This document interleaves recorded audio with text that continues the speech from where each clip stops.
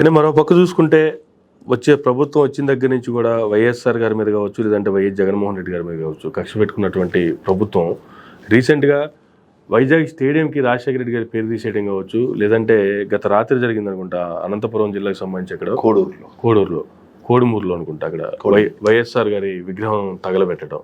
ఏం సార్ అసలు ఇది?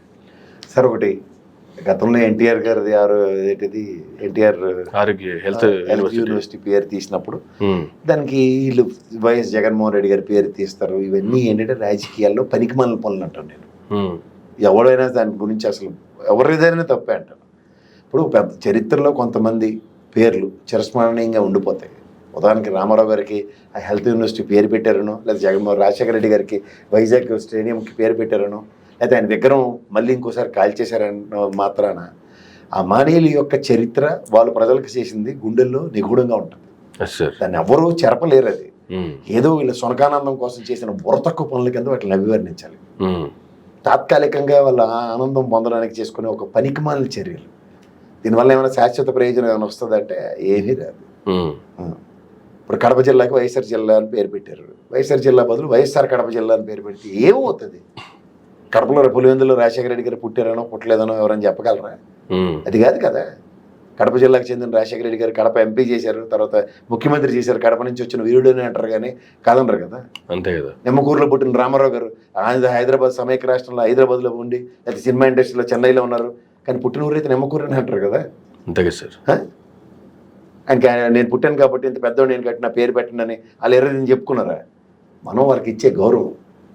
ఇవాళ విజయవాడకి స్టార్టింగ్లో ఎన్టీఆర్ జిల్లా అని పేరు పెట్టారు. దానికి ప్రైడ్. అది మహానుభావుడు అంబేద్కర్ గారు కోనసీమకి మహానుభావుడు అంబేద్కర్ గారు పేరు పెట్టారు. నెల్లూరుకి పొట్టి శ్రీరాములు గారు పేరు పెట్టారు. పొట్టి శ్రీరాములు నెల్లూరు జిల్లా అని. అలా చరిత్రలో మొన్న వెళ్ళారు సార్. మొన్న చంద్రబాబు నాయుడు గారు పొట్టి శ్రీరాములు జిల్లాకి వెళ్ళారు. పొట్టి శ్రీరాములు గారి కార్యక్రమం జరిగిన రోజు 3 days 4 days బ్యాక్ అనుకుంటా. అక్కడికి వెళ్ళి పొట్టి శ్రీరాములు గారికి ఈ జిల్లాకి పేరు నామకరణం చేసింది నేను అనేటువంటి మాటలు కూడా మాట్లాడారు. మొట్టమొదటిసారిగా మీరు చూస్తే పొట్టి శ్రీరాములు గారి పేరుతో ఒక జిల్లా పెట్టింది నేనే పెట్టాను. పొట్టి శ్రీరాములు నెల్లూరు జిల్లా పెట్టాను.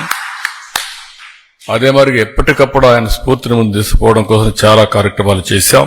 ఈ రోజు రాజధానిలో కూడా 58 రోజుల దీక్ష గుర్తుగా ఆయన స్ఫూర్తికి 58 అడుగుల విగ్రహాన్ని పెట్టాలని చెప్పి నిర్ణయిస్తున్నాం. అందుకే సార్ మనం కూడా చరిత్ర ఎందుకు చదువుకుంటారంటే గతంలో ఎవరెవరు ఏం అశోకుడు చెట్లు నాటిన చదివి తర్వాత అక్బర్ చెట్లు నాటిన చదివితే ఎలాగుంటుంది. మొన్న పవన్ కళ్యాణ్ గారు చూడండి, ఆ పాట రాయపురం సుబ్బారావు గారు దేశమును ప్రేమించడం గురజాడ గారు రాశారు. గురజాడ గారు రాశారంటే ఎలా ఉంటుంది? నవ్వులు పాలు అవుతారు, అలాగే నవ్వులు పాలు అవుతారు, అబాస్ పాలు అవడం ఉంటారు దాన్ని.